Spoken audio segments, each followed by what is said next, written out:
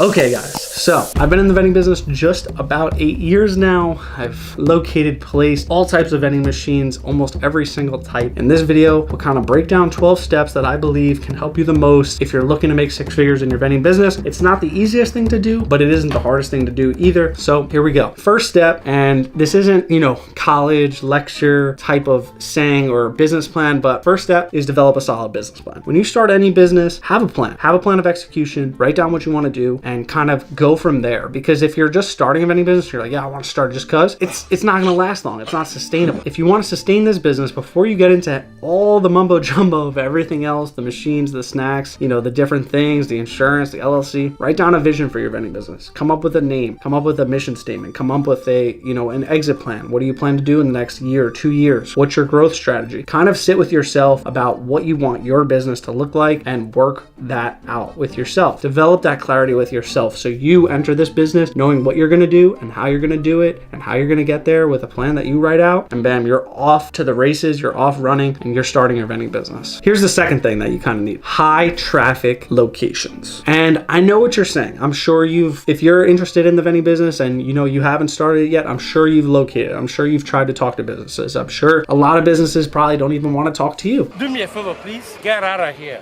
I get it. I've been there. Look, on this channel, many businesses shut me out and told me I was soliciting, and I've heard it all. I've been doing sales for vending machines for the last 8 years. It is not the easiest thing, but it's not the hardest thing. I will tell you this: the more high traffic locations you can close, the more successful your vending business is on a time efficiency standpoint. If you have 10 mediocre accounts versus 10 high-end, high location, high foot traffic accounts, these are 2 separate businesses. And I've learned this, and I've sold off some of my slower accounts to focus on the bigger accounts that I have. And I think that's an important thing out of our 12 steps here to make 6 figures in this business and beyond. Obviously, high traffic accounts. If you can go out there and identify high traffic accounts that will do good and need a vending machine, or you can promote your vending machines alongside another vending service, you're going to get those accounts and you're going to have a lot more success in the eyes of a vending business owner. You're not going to go to a machine and it's only going to have $50 in it. You're going to go to a machine and it's going to have 200 in it, because that's how much different these high traffic accounts do. If you're in a place with a lot of warehouses, a lot of industrial plants, a lot of kind of businesses like that, you have a higher chance of being successful in this than someone in a rural town with no businesses nearby. So it's very important to kind of pick your locations wisely. There are other videos on YouTube about location hunting, but I think I'm going to come out with another video here soon, maybe next week, of kind of the pillars that you need to identify and kind of the steps that I go through to identify a good account from a bad account. I will end this point with this though: bad accounts are good too. The accounts that make less are also good, because in the beginning, when you know nothing about this industry, a slower account is going to teach you this business a lot better than a quick account. Because if you get those high-end accounts and you don't service them properly, and you give them bad machines, and you buy a used machine and you don't have the investment to maintain it, and you can't keep up with product costs, then you're going to be left behind, and this business is going to be tough for you. I always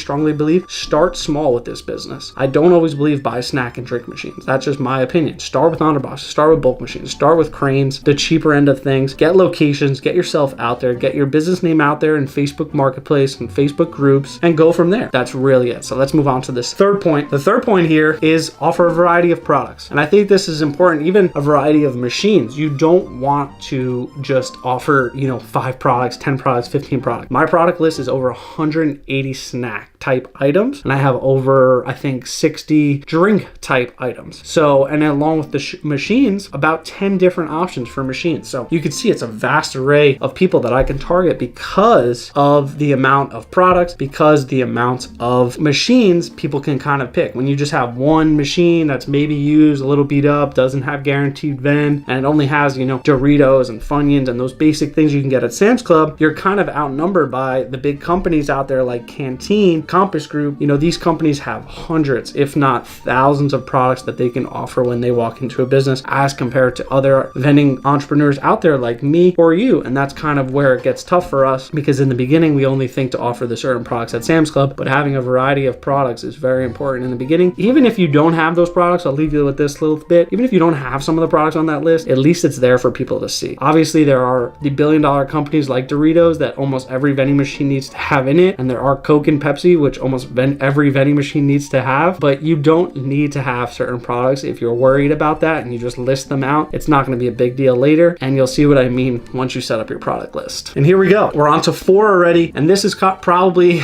one of the most important points. I'm going to start it with a story. You have to keep your machines clean and well stocked. These are the two major things in any vending business. If your machine isn't clean, if it's not well stocked, if it's not working properly, your vending business is not going to succeed. You are only as good as that vending machine is at outputting snacks and taking dollars. That's as simple as it is. Very simple business. We overcomplicated it just a little bit. So I'll tell you a story now. It's happened to me twice actually, and I'll be honest here. I'll be a little raw and genuine. It's happened to me twice now. I have two combo machines. One combo machine a couple months ago in the beginning of the summer, the deck that cools the drinks on the machine kind of died on me. I didn't clean it. It probably had been a month since I cleaned the dust, the debris off of the machine, off of the cooling unit. Totally separate video on that, but you need to always clean your machines. If it's vending drinks, clean that machine almost every single time you go there. But basically, had to take the deck out. Very easy to do. Overcomplicated it because I was a beginner. I never really had taken a cooling deck out, only one before years ago. So I took it out. 2 screws, simple, slide it out. I had to make 12 phone calls. On the 12th call, I got a guy, his name was Jose, and he was able to take that cooling deck and kind of look at it. He charged me just a little bit for it, but he was able to take that cooling deck and see what the problem was. I didn't need to replace the compressor after spending about $250 or whatever it was on a new compressor, but he fixed it for me and I had to pay him $200 for his time. Long story short, fast forward to yesterday, I was on my route, one of my awesome accounts, pull up to it. Didn't look so awesome of account today. Almost none of the drink rows were sold out. Maybe one of them was sold out. I was like, there's something wrong here. Went to it, running hot. It was like 80 degrees. The drinks were piss warm, terrible. Unplugged the condenser, unplugged the whole thing, the whole 9 with the cooling deck. I have a cooling deck problem yet again. Maybe the compressor is bad, but my point of telling that story is keep your machines clean and well stocked. If the machine isn't clean, if there's dust adding up on that cooling deck, you're gonna have bigger problems in the future. I think a lot of vendors out there do not clean their cooling deck often. Just compared to the videos that I see on YouTube, a lot of these people going to their vending machines are not cleaning their machine every single time. Some do, and I admire that because I think a clean vending machine and a well-stocked vending machine is the key to success with people wanting to buy things in the first place. But 2, for yourself to save money on maintenance and to save money on future costs, keep your machine stocked, well clean, and well kept, and you won't have issues anytime in the future. 5, monitor and maintain inventory control. So this is something that I am still figuring out but getting better with. You're going to be buying inventory. Obviously, when you only have 1 account, 2 accounts, 3 accounts, buying and tracking your inventory is the easiest thing out there. When you have 30 plus machines, 40 plus machines, 400 plus machines, your inventory needs to get technological. It needs to get digital. It needs to scale with the business and the processes behind each coil. Each coil vends out an option. You need to know what's vending out and you need to know what's going in. If you don't have these pieces kind of put together, if you don't know what's going in and what's coming out, then your success is going to be kind of skewed a bit and you're going to not have control over what goes in and what is coming out. So make sure when you're starting your vending business, it is important to monitor your inventory, have a system in place from day one on that first machine about what's going in and what's coming out. And at the end of that first month, see how much money you made. Obviously, you have your cost of your machine to recuperate and to get back. That money has to come back somehow. And that takes time. As with most businesses, it takes 3 to 5 years to actually turn a profit. But every single month, as long as you're turning a profit on that inventory, as long as you're turning a profit on your time and paying for your gas, etc., you are running a profitable vending business. A lot of people I see in this industry say, oh, I got a vending machine business. They have a vending machine that's at a location that's doing $200 a month. Let's say it's 2 machines doing $100 each a month. Those machines are losing you money every single time you show up. I don't care who you are. If you make $100 a month with 2 vending machines on an account, you're losing money. The machines are depreciating. The products expire in 3 months. It's only vending $100 worth of product. That's only between 70 and 80 or 70 and 90, depending on your prices of products on machines that hold 300, if not 400 cans or,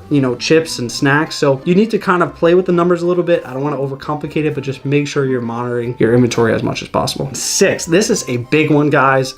I'm good at this, but I'm not great at it. And I think a lot of other vendors who are great at this succeed exponentially because of it. So establishing strong relationships with your vendors and your clients on both sides. On the front end side, the people who are buying the products, one, on the side of the people you're selling to, and then on the back end side, the people you're buying from. I mean, hopefully eventually get someday to buy direct from Vistar, these big accounts, or Pepsi or Coke or Snapple. Any of these kind of major companies, you want to have good relationships with them. You are only as good as your relationships that your business allows. So if you aren't creating good relationships with, the people you're buying your product from, whether it be Coke, Sam's Club, whatever, and the people you're selling to, whether it be the people putting dollars in your machines or the people that allowed you to place a machine in a location. Your relationships with all of these people in your vending machine business is very important to the future success and sustainability of your vending machine business. If you don't have that, you really don't have a vending machine business, because just putting a vending machine anywhere and not talking to anyone and kind of just stocking it and trying to make money, that's really not the point of this business. Make friendships, make relationships, and that's how your business kind of grows, and that's how people help you that are around you. 7, utilize technology wherever possible. And I'm thinking of one major technology company and a free plug for them, but Nayax, if you need some credit card readers and some digital inventory management so that you can track what's selling, what's going, how much you're making on a monthly basis per machine, per location, per route, Nayax.com, go to their shop, use our coupon code VBS, link down below, and you'll save 7% on the credit card processor. But let's say you didn't get there yet, you don't need a credit card processor just yet, you still want the rest of the steps. All right, let's get there. Managing your vending machines gets 40% easier when you put a Nayax credit card reader on. You're not running off cash, you're not running on guesswork, you know exactly what you need every single time, you know exactly what's in your cash box every single time, you know how much money you're making every Friday on your deposit day. It seamlessly makes your vending business a lot easier without you having to kind of put in that much more effort. This device, the $300 it costs, will bring in $3,000 plus, if not more, on some of your top end accounts. So these devices are worth it, necessary, and important in this vending business. If you don't have technology in any way, whether Pay Range or Cantaloupe, if you don't have technology equipped to your vending machine, you are getting left behind, because people are walking past your vending machine with no cash in their pocket and they want to use Apple Pay, they want to use a credit card, they want to use Bitcoin. Supposedly Bitcoin's coming. I don't know. I've just been hearing that rumor. But make sure technology runs your vending business. I've even heard of some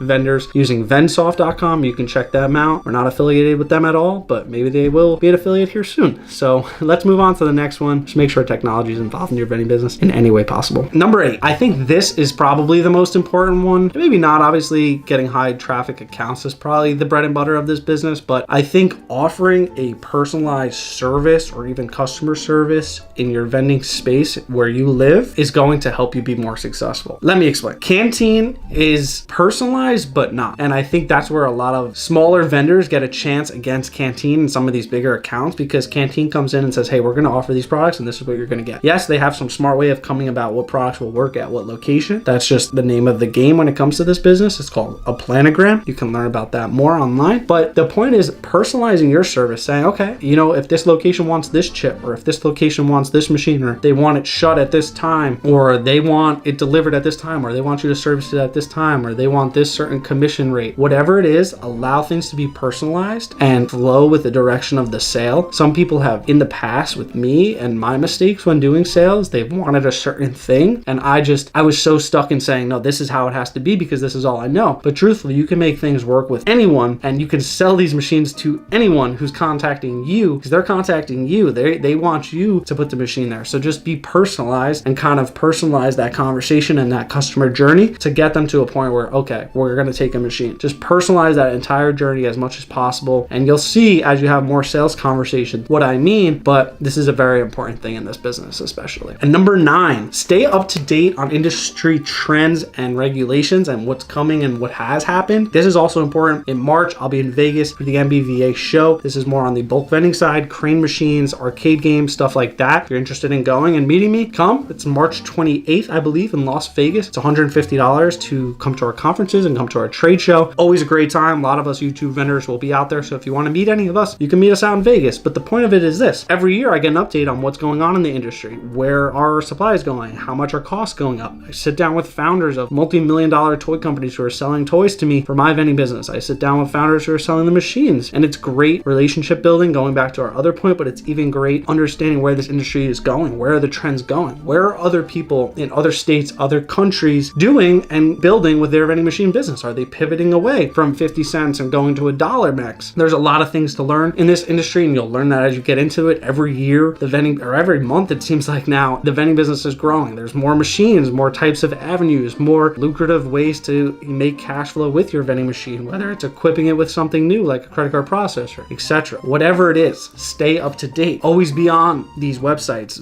I think it's Vending Watch or Vending News, whatever it is. Make sure you know where the trends are going. Make sure you have an understanding of where this business is going, so in the future you're not left behind. Industries move quick, just like YouTube. Me not posting on here, all my subscribers move quick to another YouTuber willing to put out that content. The same happens in the vending business. If you're not willing to upgrade your machines and have new machines and put credit card processors on them that accept Apple Pay, you will get left behind. That's just the unfortunate truth of this industry. And yeah, this is important as well, and I think it goes into another perspective on selling accounts. Conducting market research, knowing what locations you're talking to and not just calling any location that has 5-10 employees. Your minimum employee count should be 25, 30, if not 50. I'm moving towards the 50 employee count range because employers kind of know now, it seems like, okay, to get a vending machine, we need 50 employees. If you're a vending company, they're just going to say, yeah, we have 50, because they know you're not going to service them if they say they have 5, 10, 20. So make sure you know the accurate numbers of your accounts in terms of employees, foot traffic, as well as space and things like that. Like, conducting market research is such a broad thing in this industry, and not to overcomplicate vending, but there are many factors that go into from having your sales conversation to delivering that machine. There's a whole process in between. Sales conversation, machine, going to the location, meeting contact person, measuring account, getting product lists, figuring out what products you're putting in, getting correct coils, dropping machine off, placing the machine, filling it, putting your credit card reader on it, activating your credit card reader. There's a lot of things that people don't think about that go into the whole vending thing. It's really not buy a used crappy vending machine on Facebook, place it in a slow account, make no money. You know, that's not the way this industry works. So just make sure you're researching things as much as possible when it comes from the sales calls or when it comes from placing machines. Make sure you know what you're getting into. 11, and this is my favorite because I like marketing. I've always loved marketing, but developing effective marketing strategies and having effective research kind of go into that. Here's my point exactly. Knowing that if you're not good at sales or you're not going to get out there and talk to businesses, have an effective way to get them to come to you. Open up a way for your pipeline to kind of welcome all of these people to say, oh wow, a new vendor in our area, we know about them, whatever it is. I'm not going to say newspaper because I believe newspaper is kind of a dying thing that's going, but the internet, a website, business cards, groups near you, Facebook groups, whatever it is in your area, get involved, get your name out there. Say you started a vending machine business. People will contact you. It may not be the best contacts, it may be smaller accounts, but these people will reach out and try to get your perspective and see what you're doing. And at least you have a foot in the door. If you have effective ways to tell people you have a vending business and these are the types of machines you offer and these are the types of products and this is what we do, and you have an LLC, you can get out there a lot easier than someone that's kind of just like, oh, I have a vending business, but I'm in a room and I don't tell anyone I have a vending business. I mean, that's really not how this business is going to grow. You have to get yourself out there, get your business name out there, get your personal name out there, attach your personal name to the vending business in any way, reach out to close family, friends, whatever it is, and just tell people, you're looking to place vending machines, and you'll give them a referral, whatever it is, $50, $100. You can pay to play in this industry,